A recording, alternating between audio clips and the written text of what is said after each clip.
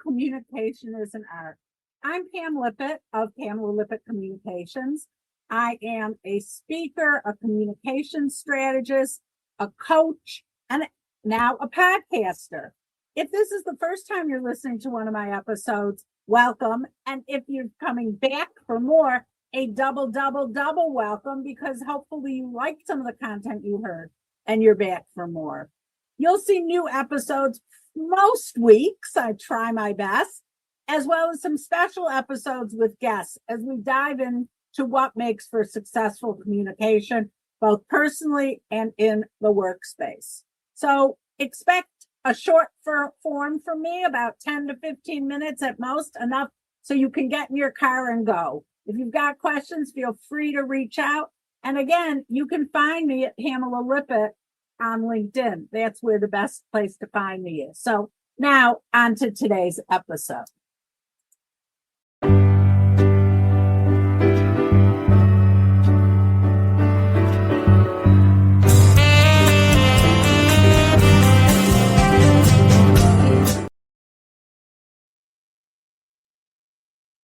Everyone, it's Pam.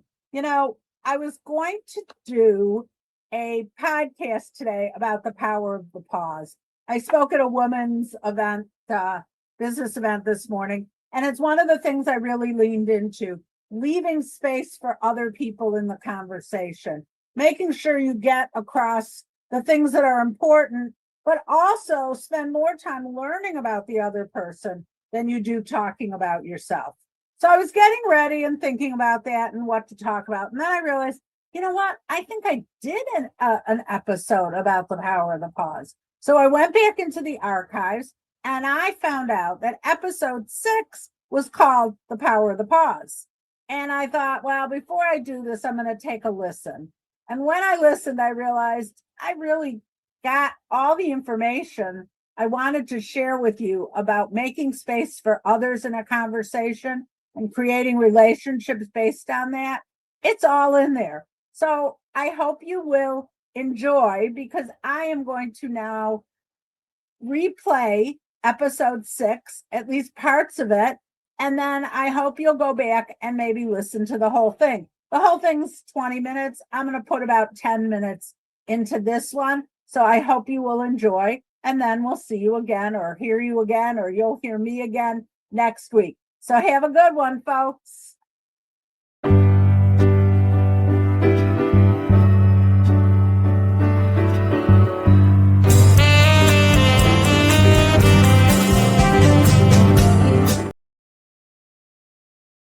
Today, you're going to be hearing just from me as I talk about the power of the pause. I'm saying that quietly now because it's my secret recipe for making sure that you are heard and welcomed into a conversation. So sit back for about 10, 15 minutes as we talk about how we feel in a conversation and how we can change how we feel in a conversation. I'm going to start by asking a couple questions. Maybe this is you. I think it's all of us at one point or another. Have you ever felt like there is no space for you in a conversation? In other words, you're just standing there while a monologue is being given to you, that in your mind, the other person doesn't even take a breath to let you in. We're feeling during that conversation or during that monologue, really, I can't even get a word in edgewise. What is going on here? Well, welcome to today's podcast, where we're going to talk about the power of the pause. So did you notice I just paused when I said that? Why did I pause? I paused because I wanted it to sink in. The National Academy of Science article tells us that only 2% of conversations end when people both want them to. I am sure that I could find another similar report to make me happy to show you that most people are very uncomfortable when there's not room to speak in a dialogue method or conversation method. So here I am being very conversational and a bit putting my my experiences out there, which is a little bit nerve-wracking for me, but I'm going to share with you what I've been through in my life, what I do now, and how I go about changing things from the monologue to the dialogue. Now, I will say, I always feel like I'm leaving space for other people. And there are a number of times I have been told I interrupt a conversation. Well, I have to tell you, usually I think people are told that when there isn't space for them in a conversation, when it's just like things being spewed at them with no time to think, no time to digest, and certainly no place to respond. So here's my suggestion. When those conversations are being drilled at you, when things are coming out of the fire hose, and I really don't like that term, but I'm going to use it here, take a deep breath. Don't match a loud voice with a loud voice. Don't try and dig in. And I will say to that end, once or twice in my business career, when I knew I had nothing else to lose, I have said to someone, listen, why don't you tell me when you're done talking? I don't want to interrupt you. I don't want you to feel like I'm interrupting you, but I do have some things to say. So just let me know when you're done. That's the worst case scenario. It just totally makes the playing field uneven and gives more power to one person than the other. Now, in a conversation, you should really both have the same, I don't know if the word is power, but the same conversation, the same interest, the same level of talking back and forth. I'm going to digress a little bit. I have a best friend. We're lucky if we have that person we can call our best friend since the day we met when we were 14. That's many, many years ago already. We talk over each other all the time. The kids know it's not that we're interrupting each other. The reality is we are just two halves of the same conversation, and we laugh and we change and we go back and forth, but we never, ever feel like we're interrupting each other. And we would never, ever say that to the other person. If anything, we would laugh and say, oh, wait, I just finished your sentence. Sorry about that. You can finish your next sentence all by yourself. But it's because of the mutual respect.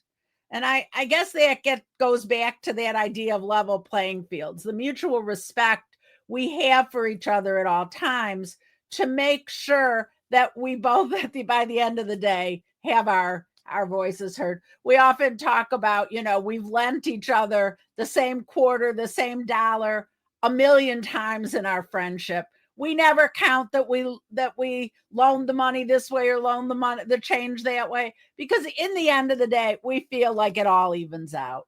And that's what a conversation should do. At the end of the day, you should feel like it all evens out. So I hope you liked that little clip out of episode 6, The Power of the Pause. I think it really summed up what I spoke about this morning and what I often speak about, letting others into a conversation and making sure everyone has their voice heard. If you liked it, let me know. Go back and listen to episode 6 again. I'll be watching to see if those numbers bump today. So that's my thing. I guess I said so way too many times today. I'll have to work on that. I'm always a work in progress, and be back again next week. Have a good one.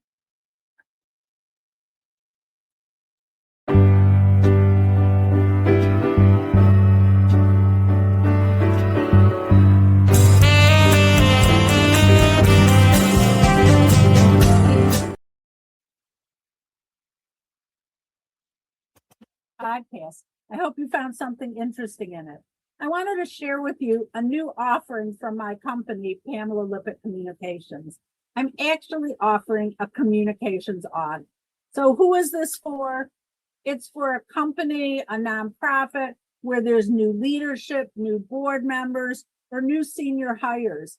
who may not be up to speed and are seeing different things when they're looking at different pieces of paper, because really it's the new people who are really diving in and looking at things. It could be because you have new programs or new clients or new services, and you want to give them a consistent message about your company. It may be that people are asking the same questions all the time. That means you should be answering it in your materials so they don't have to ask. And it's also if you're seeing internal frustrations among your team. Maybe they don't have the right materials they need. So if you're interested in a communications audit for your company, I am giving a bonus for anyone who mentions hearing this on the podcast. Not only will I do a communication audit of your materials, but I'll also come in person or via Zoom and meet with your team to go over all the materials as we start and as we finish to make sure everyone's on the same page. So with that, shoot me a text or an email if you're interested, and I am happy to reach out and discuss how your communications can be smoother, more concise, and lead to more business. Thank you.